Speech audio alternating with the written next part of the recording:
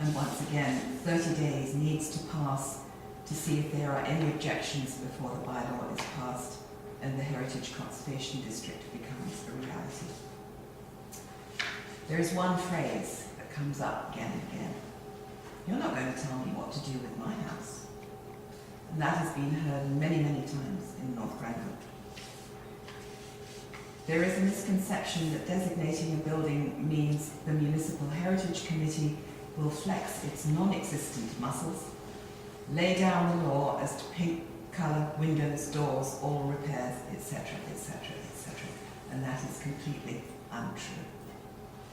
For a start, most designations apply to the exterior of the structure only.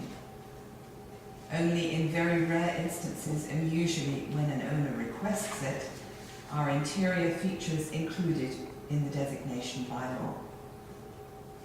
The only time an owner would have to approach the township is when putting on an addition or physically changing the exterior of a designated building. The design of the addition would have to be approved by the committee. The perfect example of the owner of a designated building and the town working together is the Brigadoon restaurant right here in Oxford Mills. The owner went to the town with two drawings of a porch that she wanted to cross the front of the building. We chose the most appropriate design, and the result is as you see, and it was erected and it's fine. The same rules are true for residents of a heritage conservation district. Before the bylaw is written, there are extensive consultations with the residents, as I've said.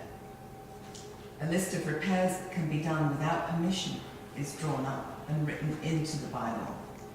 Again, it is usually only additions to existing structures that would have to be approved, and so long as they are sympathetic to the existing buildings and those around them, there really is no problem. As far as I know, there is only one Heritage Conservation District in Ontario where you can do absolutely nothing. You can't even get out and wave a paintbrush, and that is in Rosedale in Toronto. Here I'd like to remind you that even if your home is not designated, you still have to approach the town to get a building permit for putting on an addition, so really there's no difference if your house is designated or not. Another widely held misconception about designated buildings is that if it is designated, it will not sell. And again, not true. The perfect example is St. John the Evangelist across the road here. We designated it, the diocese objected, put in an objection. The real estate agent, I believe, went into the township crying, poor girl, and said that it would never sell, and it sold within a month. And the owner was delighted that it was designated, so no problem. So far in Eastern Ontario and in North Grenville in particular, we have not come under the extreme development pressure that exists in the Golden Horseshoe around Toronto. That doesn't mean that we have escaped, and while the economic downturn might give us a few years more of breathing space, we should use the time to develop policies and plans for our future and for our built and natural heritage, so it is there for generations to come. You can't save everything. You can't. It's physically impossible. But let's save the best. Let's make North Grenville an absolute showplace, because it could be. It is a delightful place to live. Heritage is well covered in the revised official plan, and we should make sure that it stays in any future revision. The Municipal Heritage Committee has its work cut out for the next couple of years. And here, I'm going to say it, I am concerned about the future of a couple of buildings that are owned by North Grenville. The Old Town Hall in Grenville, and the Old Town Hall, now the library, right next door here in Oxford Mills. Both are designated structures. The Grenville Town Hall is designated by the municipality, and Oxford Mills is, as you probably know, a National Historic Site. So it is a very important building. The problem with large and old municipal buildings is that a viable alternate use needs to be found for them. And once again, I'm going to take an example from the Regional Municipality of Peel. The Peel County Courthouse and Jail were built in the mid-1860s, opened in 1867. The jail, the stone building, remained a jail for 110 years and closed its doors in 1977. It was a terrible place. I went in it just after it was closed. It stank.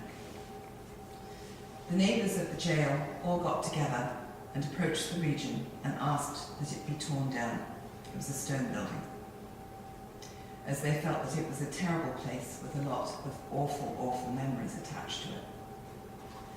Luckily, a small group of us had an alternate plan to put before the region, and that was that the jail be retrofitted to house a museum, art gallery and archives, and luckily that is what happened. The region took over a small museum and art gallery that had been operated by the Peel County Historical Society, and answering a need, opened a small archives where researchers could examine original documents that recorded the history of the area. With the assistance of the Ontario Heritage Foundation, the region Caledon area, but she's been involved in all manner of things, including the Caledon Heritage Committee, the Ontario Historical Society as a board member, including president for a board member, including president for 8 years. She was president for 8 years. Writing of several books, at least participating in that. And she is the archivist for the Ottawa Women's Canadian Club currently. So she has quite a mixture of both volunteer positions and paid positions, including the reference archivist at the Region of Peel Archives for 15 years, I guess. And she's been here 6 years. No, 4 years. I'm just beginning my fourth. Moved in 2005, the end of January 2005. And she serves on Heritage North Grenville as the chair currently. So anyways, Rowena's going to talk about Heritage 101, the good, the bad, and the ugly. So we're very grateful to her for coming to speak. I'll let you go ahead. Well, I am, of necessity, going to talk a little bit about the region of Peel because, as I say halfway through this, North Grenville reminds me very much of Caledon in the 1970s. And I think we can learn from the mistakes that Caledon has made and hopefully preserve a great deal of our historic structures. And it is, you can't stop development. There's no way you can stop development, but you can do it sympathetically. Please bear with me. If you have questions, interrupt. I put all my thoughts down on paper, and I think we'll just go with it.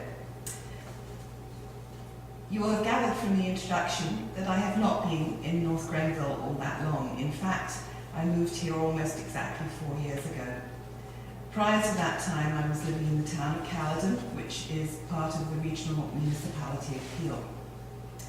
When the County of Peel became a region in 1974, it was divided up into 3 municipalities, Mississauga, Brampton and Caledon, with both Mississauga and Brampton being slated for heavy development. I watched as the city of Mississauga was turned from an oasis of green to a major city, which has now reached its limit in population density. I watched as the city of Brampton gradually paved over part of the Peel Plain, an area that in the 1850s and 60s was one of the top wheat producing areas in Ontario. And the city of Brampton will reach its population density limit in about 2020 at about 625,000 people.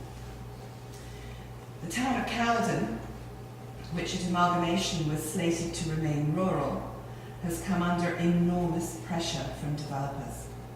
When I first moved there in 1970, it was a township of about 15,000 people, about the same as we are now. When I left, it had increased to close to 60,000, and by 2021, it is estimated to be about 80,000.